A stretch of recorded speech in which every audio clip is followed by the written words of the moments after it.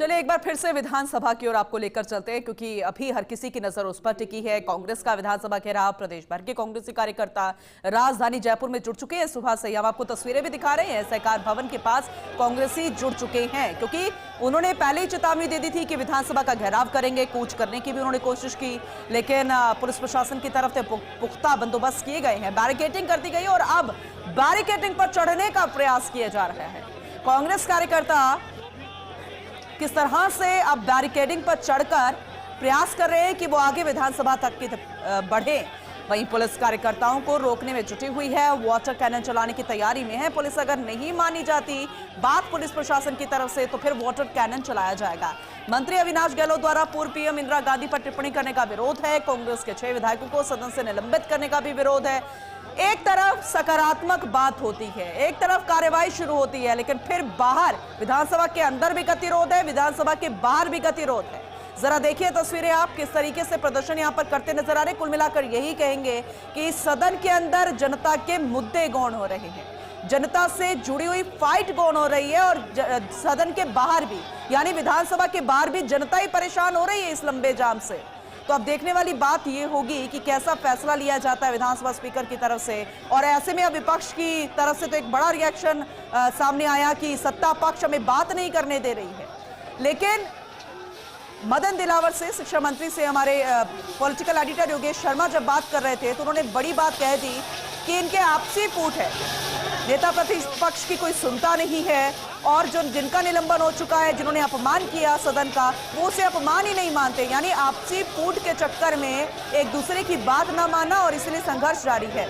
अब देखने वाली बात होगी कि कैसे पुलिस प्रशासन इन्हें रोकेगा, कैसे रोकने की तैयारी की जा रही है, क्योंकि तैयारी तो पूरी है। लेकिन अगर ये और ज्यादा आक्रोशित हो जाते हैं, आक्रामक हो जाते हैं, तो फिर क्या तस्वीर बनती बिगड़ती नजर आएगी। लेकिन सवाल ये कि वाकई में इतनी बड़ा मुद्दा हो गया है, क्या वाकई में इतनी बड़ी बात हो गई जिसकी वजह से ये तस्वीर आज देखने को मिली है? क्या विपक्ष वाकई में ऐसे मुद्दों को लेकर इस तरह से विधानसभा का घेराव करेगा? देखिए कैसे एक कांग्रेसी कार्यकर्ता बैरिकेडिंग पर चढ़कर झंडा लहरा रहा था, और पुलिस प्रशासन द्वारा उसे रोकने की कोशिश की गई, उसे नीचे उतारा गया है। कहा जा रहा है कि अगर आप नहीं माने तो आपको तितर बितर करने के लिए वाटर कैनन का इस्तेमाल करना पड़ेगा, यानी कि पहले आगाह कर दिया गया है। लेकिन इस बीच ये भी कहा गया, हम अभी सुन रहे थे विधायक बाल मुकुंदाचार्य को, जब उनका रिएक्शन आया था मीडिया के सामने, तब उनका कहना था कि अगर स्वर्गीय इंदिरा गांधी को दादी कहने से इनको परहेज है, तो फिर जवाहरलाल नेहरू को चाचा कहना भी इन्हें छोड़ देना चाहिए, महात्मा गांधी को बापू कहना भी इन्हें छोड़ देना चाहिए। तो बहुत सारी ऐसे बातें हैं। अब इस पर कैसे निष्कर्ष निकलेगा सकारात्मक रूप से, ये तो जब 1 बजे की कार्यवाही शुरू होगी, जस्ट 15 मिनट के बाद, महज 15 मिनट के बाद, तब ये देखने वाली बात होगी। और फिर इन्हें आकर बोला जाएगा, इनके ही आलाकमान द्वारा, दिग्गज द्वारा, किसी कांग्रेस के बड़े नेता द्वारा। अब देखिए किस तरह से इन्हें हटाने की कवायद शुरू हो गई है, क्योंकि उग्र होते नजर आ रहे हैं सभी प्रदर्शनकारी, सभी कांग्रेसी जो कि राजस्थान के कोने कोने से पहुंचे हैं। और अब देखिए कैसे हटाया जा रहा है, देखिए कैसे इन्हें घसीटते हुए लेकर जा रहे हैं, क्योंकि मानने को तैयार नहीं है। बैरिकेडिंग पर चढ़ा जा रहा है, झंडे लहराए जा रहे हैं, और सिर्फ एक ही मांग कि सत्ता पक्ष द्वारा माफी मांगी जाए।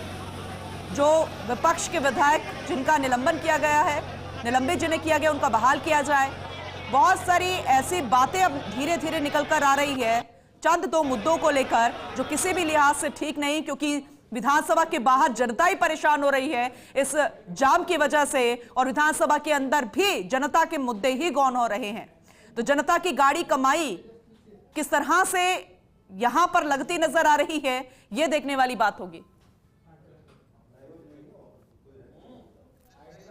नरेश शर्मा एसोसिएट एडिटर हमारे साथ जुड़ चुके हैं, ज्यादा जानकारी उनसे लेंगे। नरेश जी, तस्वीरें जो हम देख रहे हैं, उग्र होता जा रहा है इनका प्रदर्शन, बैरिकेडिंग पर भी चढ़ने की कोशिश कर रहे हैं, लेकिन पुलिस प्रशासन पूरा यहां पर बंदोबस्त किए हुए।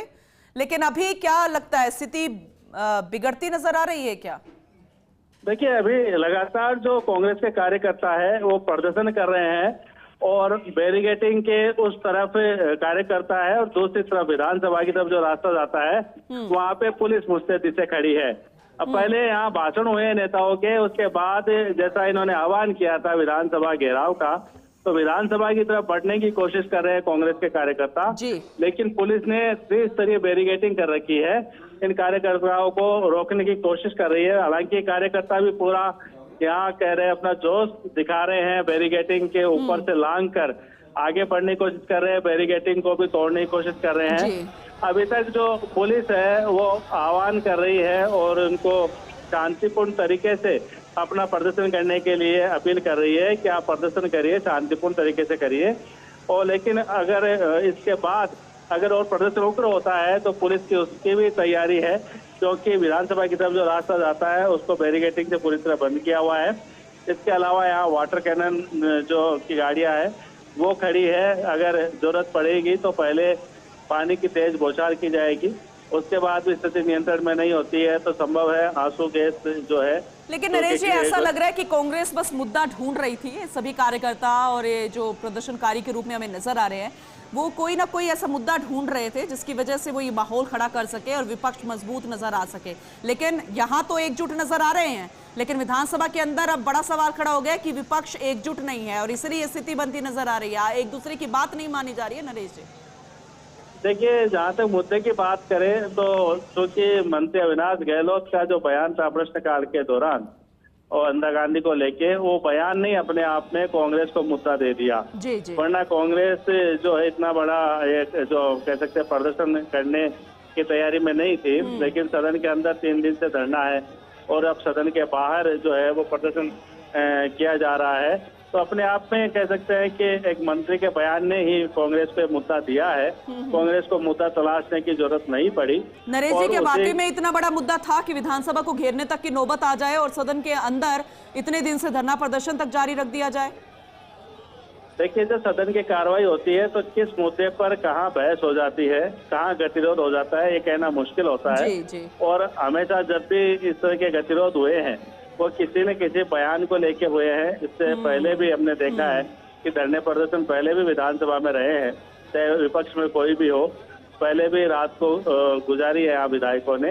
लेकिन अब चूंकि 3 दिन से गतिरोध नहीं टूट रहा था और लगातार हालांकि सरकार की तरफ से वार्ता हो रही थी, लेकिन इसके बावजूद भी गतिरोध नहीं टूटा, तो इससे जब मुद्दा बन गया था तो चूंकि एक राजनीतिक पार्टी होने के नाते कांग्रेस ने इस मुद्दे को और बुलाने की कोशिश की। नरेश जी, ये भी बड़ा सवाल है। सत्ता पक्ष कहती है, ये बाल मुकुंदाचार्य विधायक कह रहे थे कि अगर इनको स्वर्गीय इंदिरा गांधी के दादी कहने से दिक्कत है तो फिर जवाहरलाल नेहरू को चाचा कहना भी छोड़ देना चाहिए, महात्मा गांधी को बापू कहना भी छोड़ देना चाहिए। तो ऐसे में विपक्ष अब इसका क्या जवाब देगा?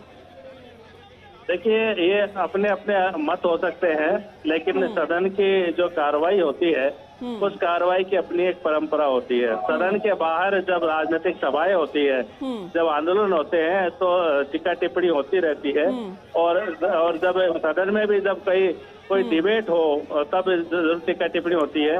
लेकिन प्रश्नकाल को सबसे गंभीर माना जाता है और प्रश्नकाल में जो है ये स्थिति नहीं बनती कभी कि किसी पे टिप्पणी की जाए। देखिए, बात ये नहीं है कि दादा दादी कहना संसदीय, लेकिन जो राजनीति को जानते हैं, जो विधानसभा को देखते हैं लगातार, उनका यही मानना है कि जब प्रश्नकाल होता है तब इस तरह की टिक्का टिप्पणी की जरूरत होती नहीं है, सीधा प्रश्न होता है, सीधा जवाब देना होता है। तो एक तरह से अगर ये नहीं होता तो कांग्रेस के पास कोई मुद्दा नहीं था। तो मैंने जैसे कहा कि खुद मुद्दा जो है मंत्री के एक शब्द ने दिया है, हालांकि उसके बाद हमने मंत्री जाबर सिंह खर्रा का बयान भी सुना जिसमें उन्होंने भी माना कि ये नहीं बोलना चाहिए था और उन्होंने ये भी कहा कि मंत्री अविनाश गहलोत है, उन्होंने पार्टी के प्रति अपने जो खेद है वो भी जताया है। बहरहाल सदन के बाहर की बात है, लेकिन सदन के अंदर जो गतिरोध बना हुआ है 2 मुद्दों पे है। पहला मुद्दा कि जो अविनाश गहलोत ने जो इंदिरा गांधी को लेकर टिप्पणी की है उसको कार्रवाई से हटाए और मंत्री माफी मांगे। दूसरा, जो 6 विधायकों को निलंबित किया गया है वो निलंबन वापस हो। तो इन 2 मुद्दों पर जो गतिरोध लेकिन बना हुआ है, निलंबन तो वापस तब होगा जब विधायक मानेंगे और क्योंकि जिनका निलंबन किया गया है वो अभी भी वेल में आकर नारेबाजी कर रहे हैं। क्या ये संभव है संवैधानिक रूप से? देखिए, जब एक बार निलंबन हो गया है तो निलंबन की वापसी की भी अपनी एक प्रक्रिया होती है और निलंबन की वापसी के लिए भी जो या तो संसदीय कार्य मंत्री या फिर जो सरकार की तरफ से जो मुख्य सचेतक है वो प्रस्ताव रखते हैं निलंबन वापस लेने का। उस प्रस्ताव के आधार पर ही फिर जो स्पीकर है वो फैसला करते हैं। तो ये सही है कि जब एक बार निलंबन का फैसला हो गया तो निलंबन वापसी की भी एक तो नरेश प्रक्रिया जी, होगी। संयम बरतना चाहिए विपक्ष को थोड़ा, जब सकारात्मक रूप से बैठक हो जाती है, वार्ता हो जाती है। अभी हुई थी, 2 वार्ता विफल रही, लेकिन आज माना जा रहा था कि गतिरोध खत्म होगा, लेकिन संयम बरतने की जरूरत है। एक बार देख लें कि क्या फैसला करता है सत्ता पक्ष और संसदीय ये तौर पर क्या प्रस्ताव आता है कि नहीं आता। लगता नहीं है थोड़ा इंतजार करना चाहिए? देखिए, जैसे मैंने कहा कि गतिरोध जब बन जाता है तो सत्ता पक्ष और विपक्ष है वो दोनों मिलकर बातचीत से इसका हल निकाल सकते हैं। और इस तरह के गतिरोध जो पहले भी इतिहास में हुए हैं तो बातचीत से इनके हल निकले हैं। किसी न किसी को जो है वो झुकना ही होगा और उसके बाद ही बात आगे बन पाएगी।